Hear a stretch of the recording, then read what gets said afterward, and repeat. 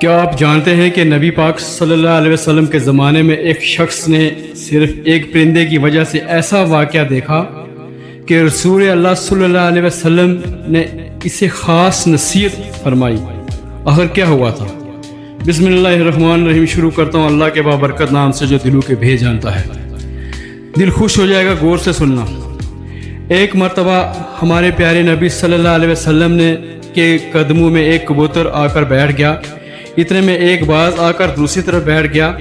کبوتر نے عرض کیا، یا رسول اللہ، یہ باز مجھے کھانا چاہتا ہے، میرے چھوٹے چھوٹے بچے ہیں۔ پیارے نبی نے باز کی طرف دیکھا اور فرمایا، اسے چھوڑ دو۔ باز نے عرض کی، اگر میں اسے چھوڑ دوں تو میرے بچے بھوکے رہ جائیں گے۔